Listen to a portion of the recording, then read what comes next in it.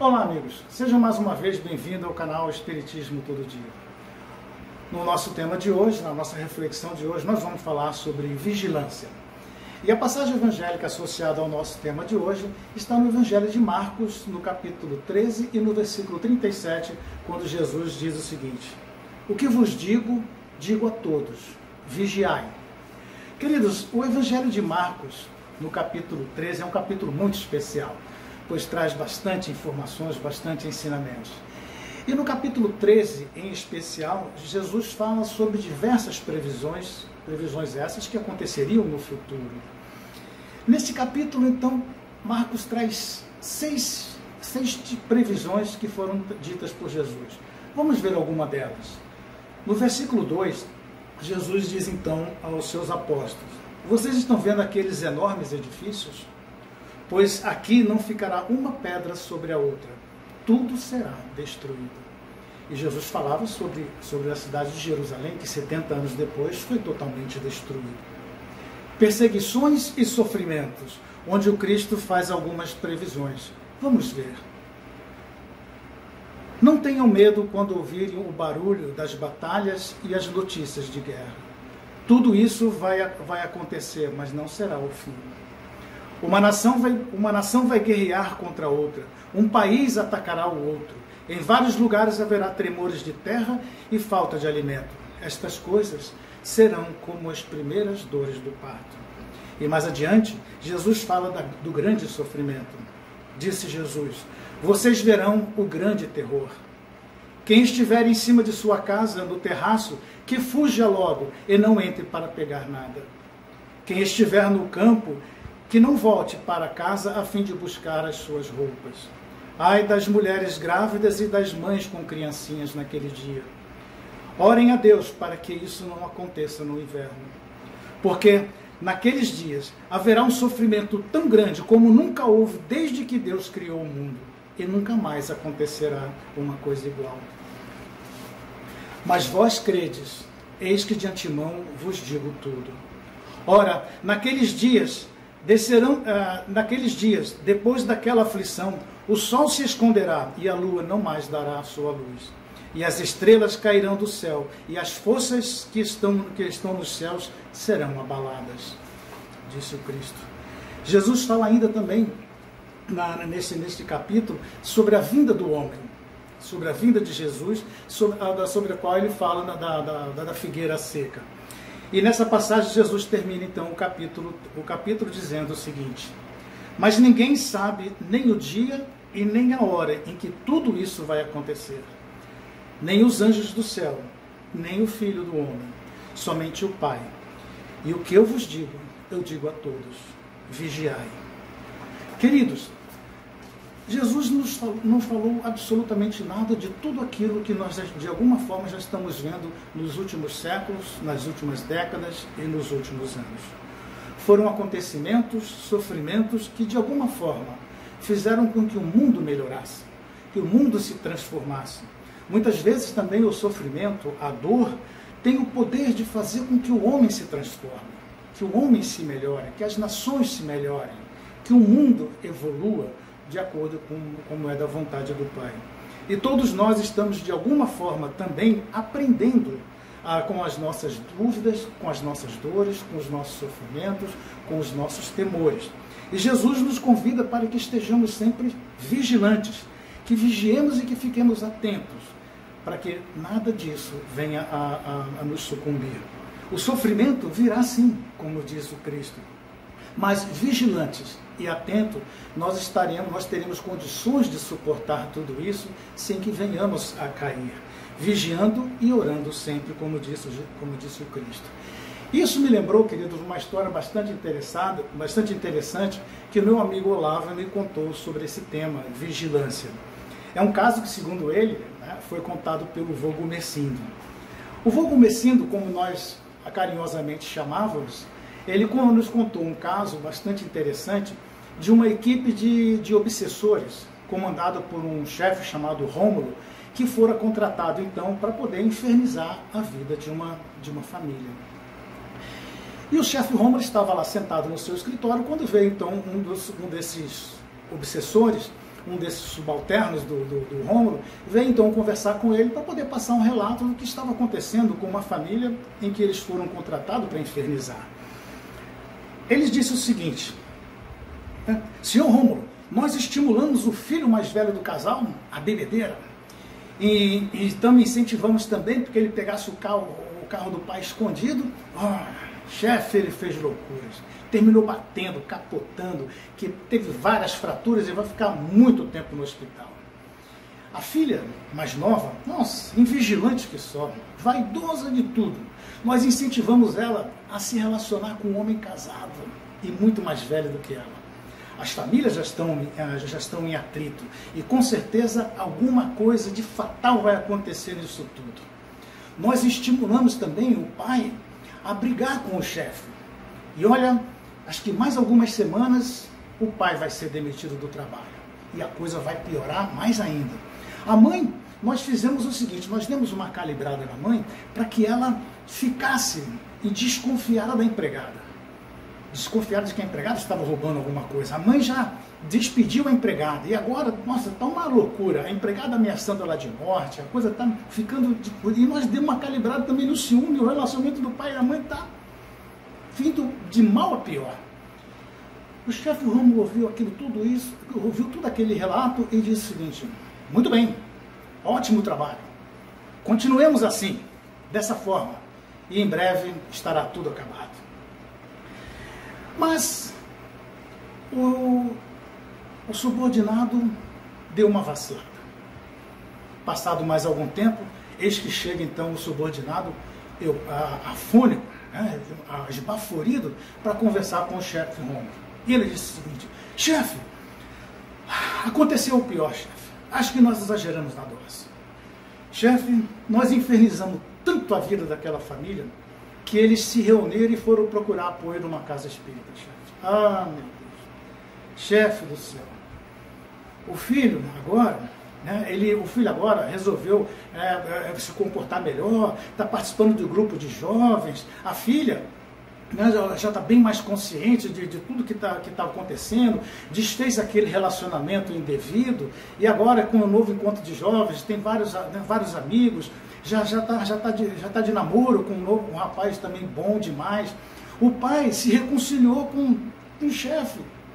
E o pai, chefe, olha só que coisa mais absurda, o pai está coordenando o evangelho no lar, junto com a família. E em função disso, os espíritos bons criaram uma cúpula de proteção no lar que a gente não consegue mais entrar. A mãe também se reconciliou com a empregada. A mãe agora também também está fazendo grupo de voluntários e participando de várias ações. Enfim, chefe, a coisa parece que nós perdemos, chefe. O que nós devemos fazer? O que nós vamos fazer? Ao que o Rômulo, o chefe desses obsessores, pensou profundamente sobre todo o relato que estava sendo passado pelo seu subordinado e disse o seguinte: não adianta, disse o chefe Rômulo irritado. Daqui para frente só nos resta esperar. Estejamos também alertas e vigilantes, disse o Rômulo. E ao menor sinal de descuido, ao menor sinal de fraqueza e ao menor sinal de invigilância, nós atacaremos. Vamos aguardar, disse o chefe Rômulo. Queridos, a vigilância não é um ato ou não é uma ação que nós devemos tomar quando se aproxima grandes perigos. Não, de forma nenhuma. A vigilância ela tem que ser uma norma de conduta. E ela tem que estar sempre em todas as ações que nós tomamos no nosso dia a dia. Seja no nosso relacionamento, seja no nosso trabalho, seja na nossa vida social. E ela tem que ser parte integrante da nossa vida. E é óbvio que em momentos de maior aflição, em momentos de maior dor, momentos de maior aflição, devemos redobrar as nossas ações de vigilância, também nos nossos atos e nas nossas ações, para que não venhamos a sucumbir. No caso da nossa história contada pelo vulgo Messindo, a família encontrou ajuda numa casa espírita. Ora, Do mesmo jeito também que poderia encontrar essa ajuda em qualquer outra casa de oração. Porque o que mudou aquela família não foi a casa espírita, não foi a casa de oração, foram os seus comportamentos, foram a atenção e a vigilância nos seus atos e comportamentos que fizeram com que aquela família se transformasse e fizeram com que aquela família voltasse a viver de uma forma harmônica e de uma forma unida. E é através das vigilâncias, dos atos e das ações e fundamentalmente também no processo da oração, porque precisamos pedir força para que continuemos persistindo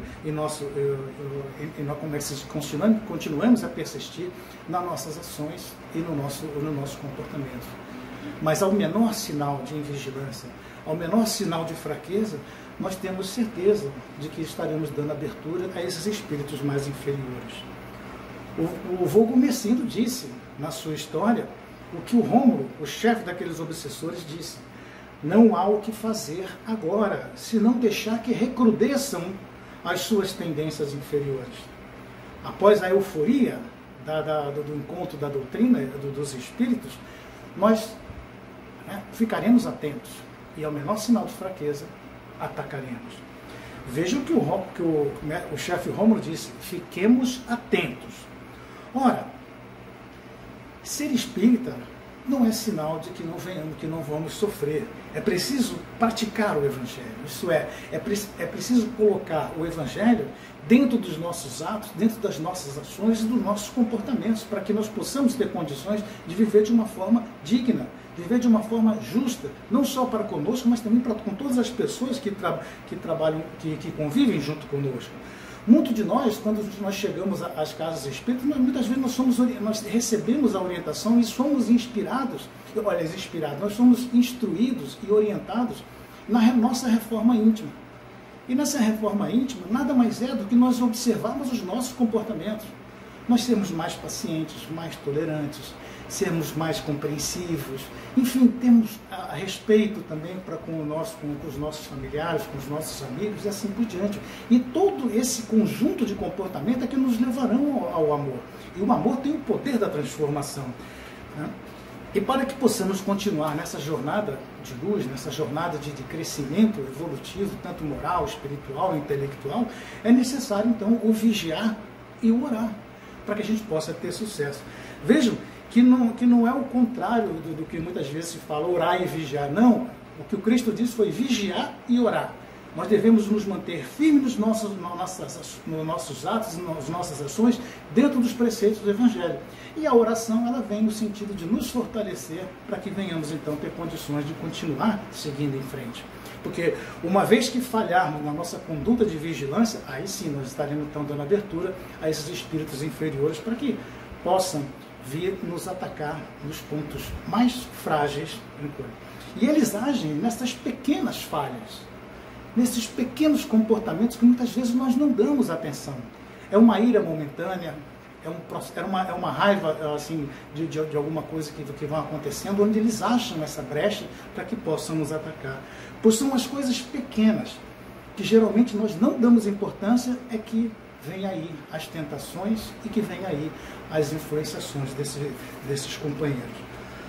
Todos nós, sem exceção, quando chegamos aqui no planeta Terra, nós chegamos com o objetivo de aprender, com o objetivo de evoluir, como eu já disse, moral, intelectual e espiritualmente.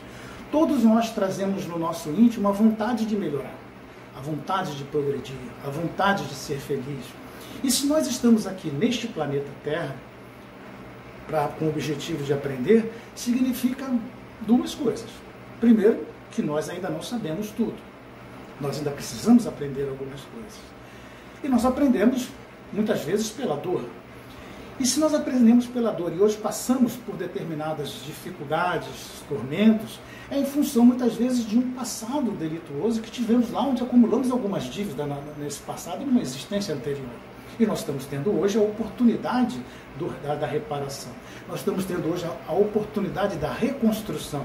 E o reconstruir e o reparar exige também muita vigilância, exige também a vigilância dos nossos atos para que a gente possa ter sucesso em tudo isso. Uma coisa também muito interessante é que quando nós reencarnamos aqui no planeta Terra, nós recebemos de Deus a bênção do esquecimento. Isso é a maior bênção que Deus pode ter dado para a gente. Porque se não ocorresse dessa forma, seria praticamente impossível se viver em família, em sociedade, ou seja, de viver neste planeta.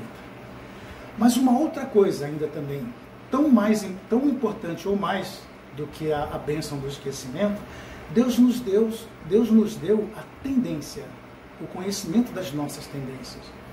Então todos nós temos consciência das nossas tendências, o que vai nos ajudar e muito no nosso processo de vigilância, no nosso processo de vigiar os nossos atos e comportamentos. Se ao analisarmos as nossas tendências, nós verificarmos que as nossas tendências se coadunam com os preceitos trazidos pelo Cristo, se nos impulsionam a atos bons, se nos induzem, se nos impulsionam a comportamentos bons, dignos, de persistir, de perseverar, de respeitar, de amar, tudo isso, então nós estaremos no caminho certo e o processo nosso de vigiar e de orar será muito mais fácil.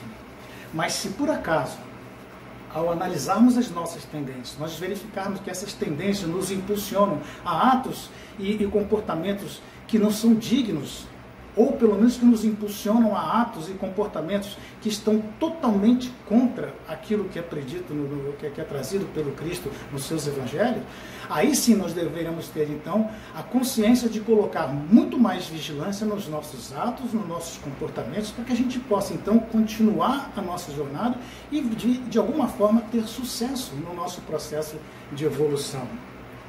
Lembremos sempre do que disse o Rômulo como é que se diz, na nossa história. É nos pequenos detalhes. É nos pequenos detalhes que nós atacaremos, como disse. E justamente essas pequenas coisas é que nos deixam, muitas vezes, abertos para influenciações negativas.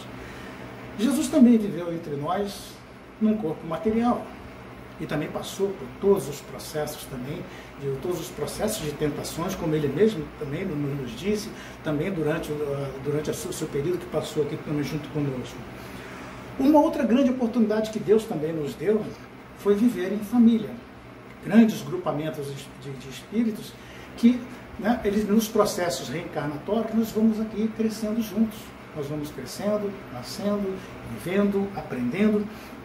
Um núcleo de espíritos igualmente a nós, com o objetivo que tem aqui de aprender, de crescer e de evoluir.